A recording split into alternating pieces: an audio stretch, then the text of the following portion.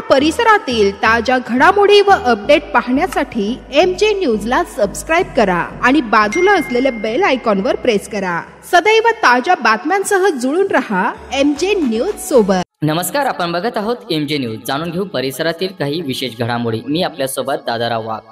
Ration दुकानदाराची प्रशासनाच्या नियमाला धाब्यावर ठेवून धान्याचा काळा बाजार, ग्रामस्थांची तक्रार।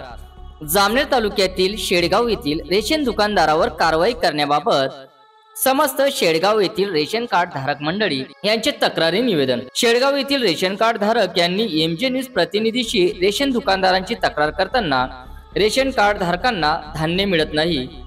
सन 2017 पासून सर्व रेशन कार्ड धारकांना धान्यापासून वंचित ठेवण्यात आले आहे। रेशन दुकानदाराचे सन 2017 पासून गावातील बऱ्याच रेशन कार्ड धारकांकडून पैशांची देवाणघेवाण करून त्यांचे रेशन धान्य चालू केलेले आहे। तसेच गावातील मयत लोकांचे किंवा लग्न होऊन परगावी गेलेल्या मुलींचे नाव कमी केलेले आहे, परंतु कमी झालेल्या नावांचे धान्य कोणाला मिळत आहे हे आज पावतो कोणालाही माहित नाही। रेशन दुकानदाराला विचारले असता उडवाउडीचे उत्तर रेशन दुकानदाराकडून मिळते। आमचे कोणाकडूनही काही वाकडे होणार नाही, आमची थेट साहेबापर्यंत सर्व लाईन आहे असे उत्तर देतात।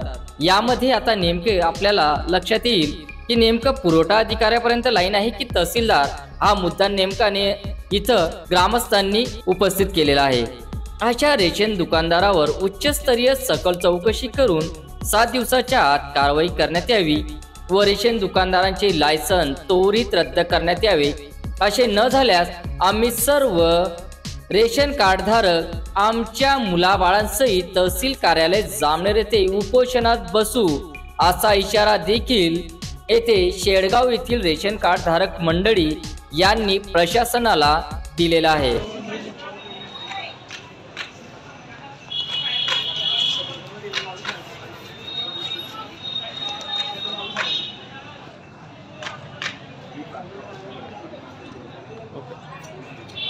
प्रतिक्रिया ते आज दिला तुमच्याकडे शेळगावचे आपले सरपंच त्यांनी अर्ज दिलेला आहे। या अर्जानुसार यांची गावाची आपण चौकशी करू ग्रामसेवक तलाठ्यामार्फत, म्हणजे अपात्र लाभार्थी आहेत त्यांना वगळून जे पात्र लाभार्थी त्यांना आपण समाविष्ट करू। काय नाव आपलं? माझे नाव आहे सुभाष जिरी, कुठून आले? रहिवासी असून आमच्या समाजाचे असो इतर समाजाचे बऱ्याच लोकांचे 2017 पासून रेशन बंद आहे। आम्ही बऱ्याच वेळा त्यांचे ग्रामपंचायत ठराव व वेगवेगळ्या माध्यमातून अर्ज वगैरे केलेले आहे, परंतु तरीसुद्धा रेशन दुकानदाराने कुठल्याही प्रकारचे यांचे रेशन कार्ड चालू केलेले नाही। आम्ही त्यांना विनवण्यासुद्धा केल्या, परंतु त्यांची उडवाउडीची उत्तरे आमच्या लोकांना रेशन दुकानदार आणि मी धमक्या देत असतो, आमचे कोणीच काही वाकडे करणार नाही, कुठे जा कलेक्टरपर्यंत आमची लाईन असते सगळी, आमचे वरतून सगळ्यापर्यंत हप्ते जातात अशी त्या आम्हाला धमकी देतात।